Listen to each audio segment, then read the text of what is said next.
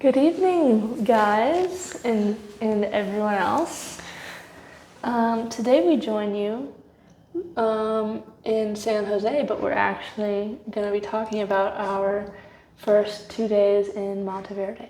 Yes, because what has happened is we've been cram-packed, filling the days so full that we're going to do some catch-up, because right now it is the end of day 9 and we fly out to go home tomorrow, which is day 10.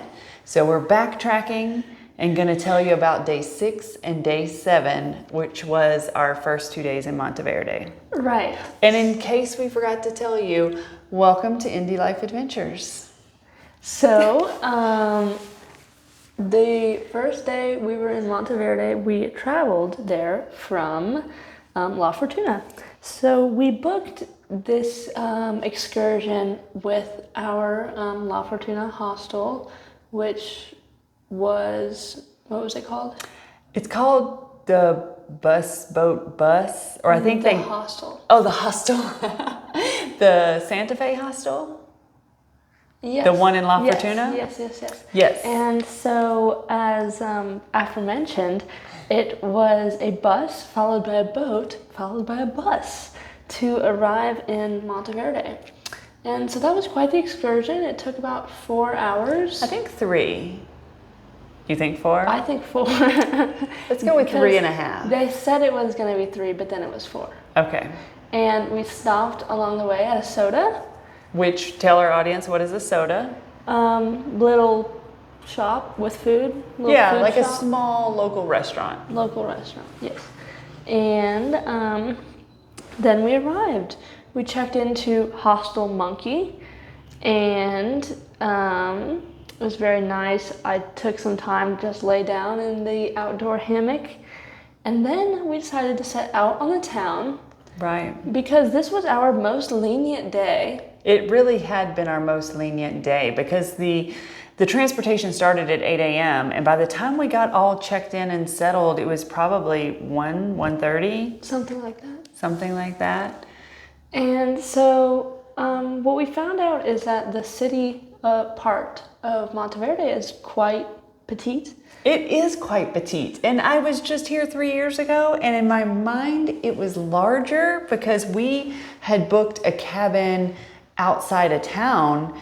But this time, since we were very close to town and had plenty of time to walk all the city streets, there weren't many city streets. No, there weren't, but that meant that we could really explore the whole Every thing. single shop. And this was the day I chose to buy all my souvenirs, and it was very convenient, and we just walked along. We went in like pretty much every shop. Yeah, I don't even think it's a city square. It's more like a city triangle. And we went into all the shops, and there's more further down the road, but you kind of need a car to get to that. Everything you could get to within walking distance, we got to it. And so essentially that was all. Yeah, for that shopping, lots of shopping. Mm-hmm. And then, are you satisfied with your souvenir acquisitions? Yes. But what did you discover between the difference in souvenirs in La Fortuna and Monteverde? So a funny little incident is that there were some things I found in La Fortuna that I decided not to buy because, well, for one, I didn't want to keep having to travel the whole time. I figured it'd be better to wait till the end to buy stuff. And also, you thought that I could find a better price. And was I right?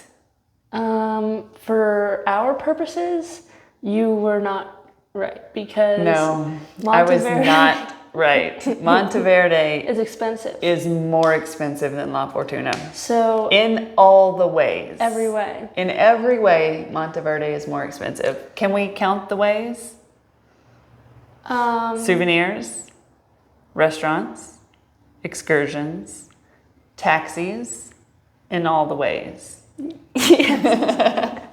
They don't have Ubers, so the taxis are So more our expensive. advice to you is if you find something you really love in La Fortuna, don't hold out until you get to Monteverde. Buy it in La Fortuna. Excellent advice. So we went to sleep. We did. We went to sleep.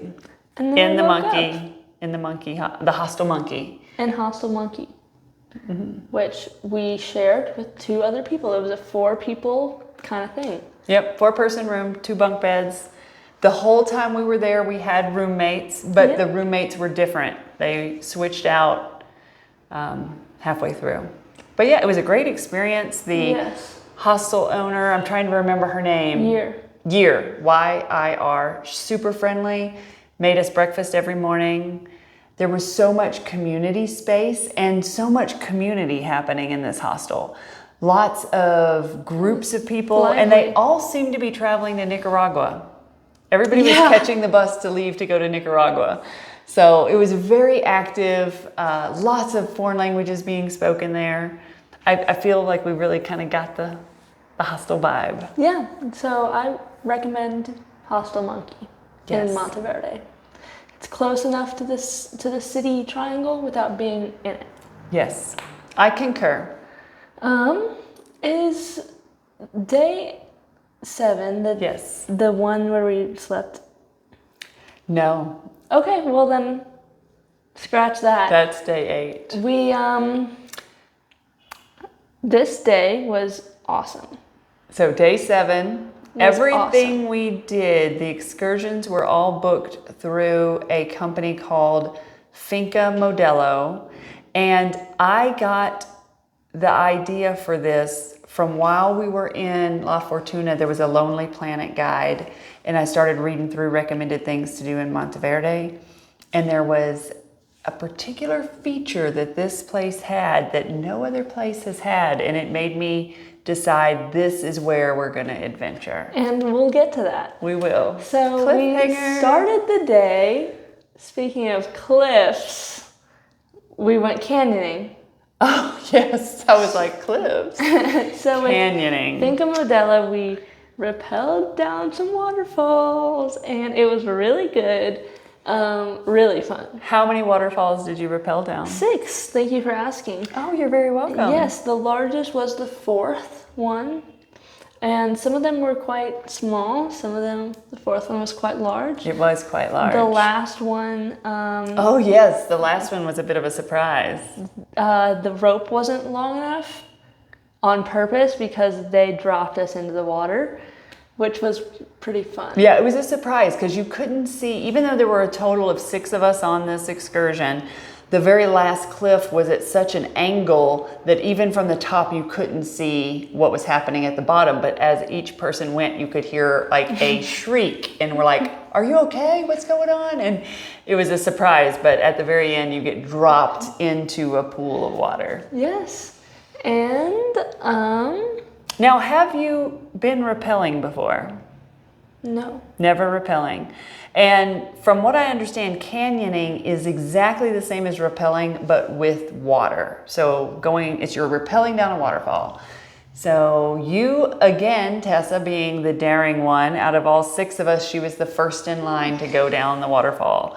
And I was really excited. Yeah, and you rocked it, as always, with everything. You did a really good job. She followed the instructions precisely, and yeah, you did great. Thank you. You're welcome. Our tour guide was named Junior, among many, but... Yeah, there were lots of tour guides that were assisting with the rappelling. Yes, but Junior stands out because he was also our guide for our next event of the day. Which I was so excited about this event. This is the event that Mom read about. Yep, I read about it. I'd never heard of this. And the moment I read it, I'm like, we have to do this. So there are many night hikes all around Costa Rica, as I understand. And we went on a night hike, but the extra special thing about this night hike that made Mom so enticed is that before the night hike, we climbed a tree. Which doesn't sound that cool. I mean, it sounded cool enough for us to be like, yeah, let's go climb that tree. Yes, because you may not know this, but Tessa is a master tree climber. It's my passion. It really is. She constantly is like spots a tree and has to like stop and go climb it. And so when I saw that there was actually something offered to climb a giant, what kind of tree was it? Did you know it was giant before we booked it? I didn't know how giant it was. It was giant and it blew our minds. And it is the coolest tree I've ever seen in my life. And I might never be satisfied with another tree besides this one. It was a ficus tree. And what happens is a ficus tree has berries like figs. And either birds or monkeys will eat it and then poop the seeds out. And since birds and monkeys are both very high up, sometimes the seeds will fall onto another tree. And do you know what that process is called, where a tree will grow on the other tree? I don't. I just know it's almost like a parasite and a host. Yeah. The tree that ends up being the recipient of this seed Is the host tree. is the host tree, and then the ficus tree grows. And it's not even meant to do that. Like the ficus tree just wants to be in the ground, and it just happens to be growing in the air. So it will put its roots down, trying to find the ground, and eventually it grows so much and it reaches the ground and it builds a root system. But by this point, but it's also intertwining around the host tree. It's almost creating an exoskeleton.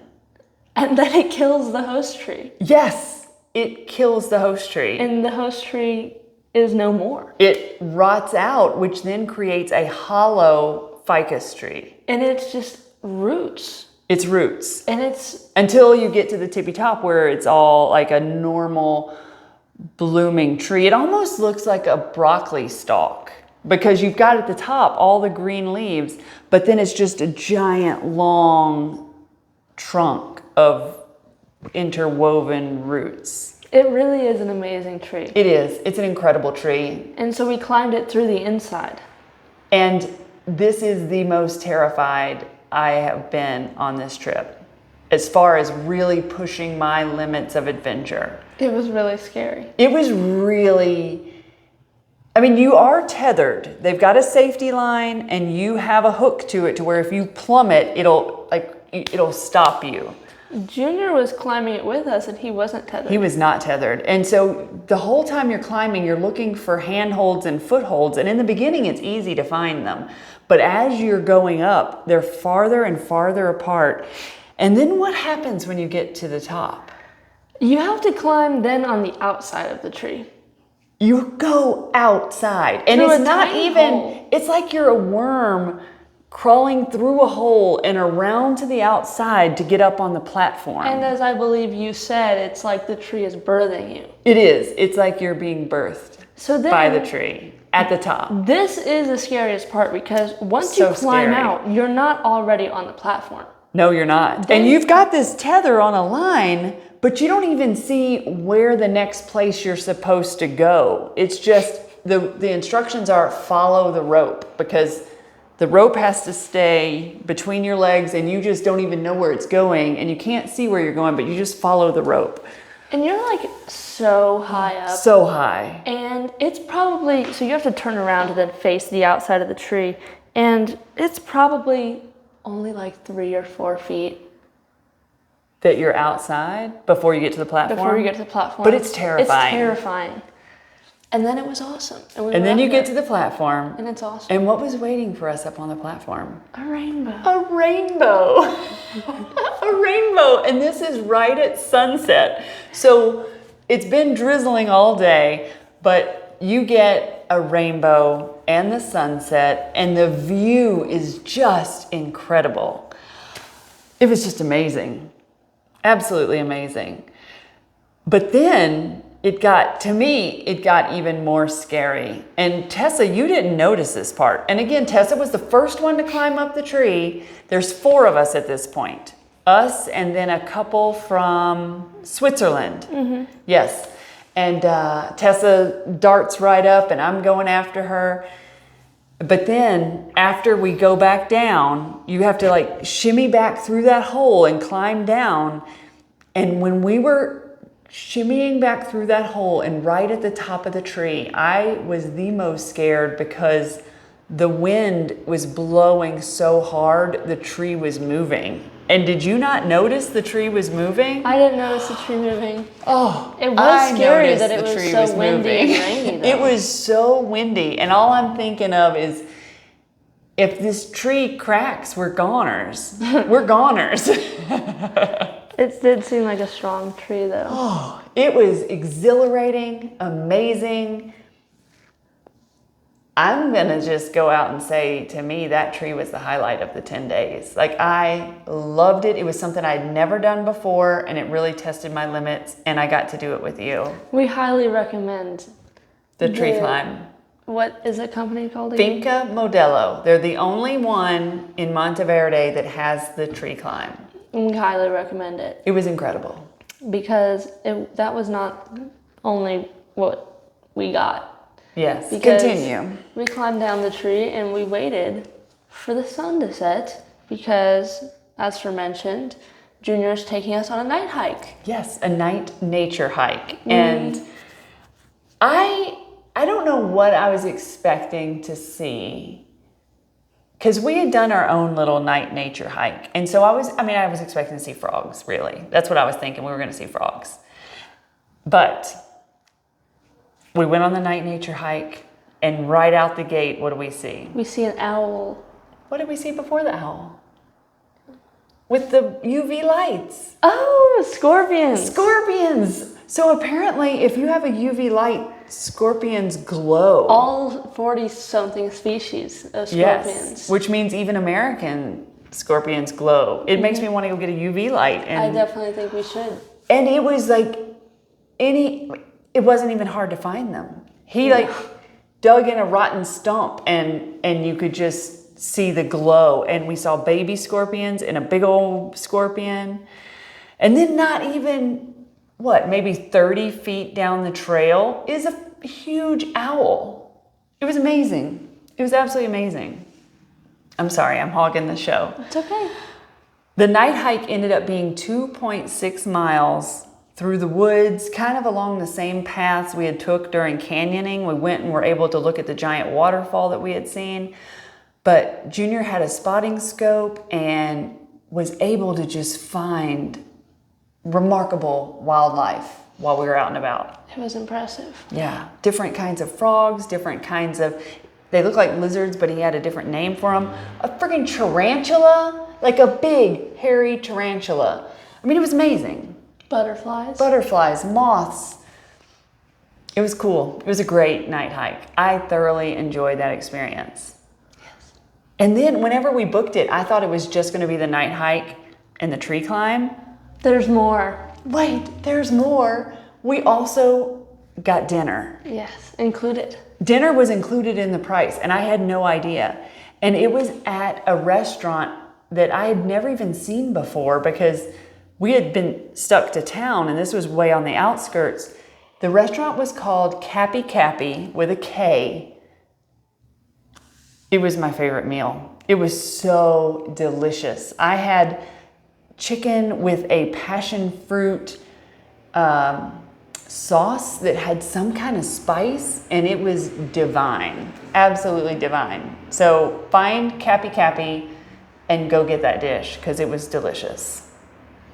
And we were essentially, it felt like we were just interviewing our two friends that we made about Switzerland. Oh, yes. The whole dinner conversation, we were just so intrigued to learn all about their experience in Switzerland. Because it's so interesting. It is. They were great company. Yeah. I'm really glad that they were on that tour with us and we got to have dinner with them. Do you remember their names? Yes, I do. Adrian and Emmanuel.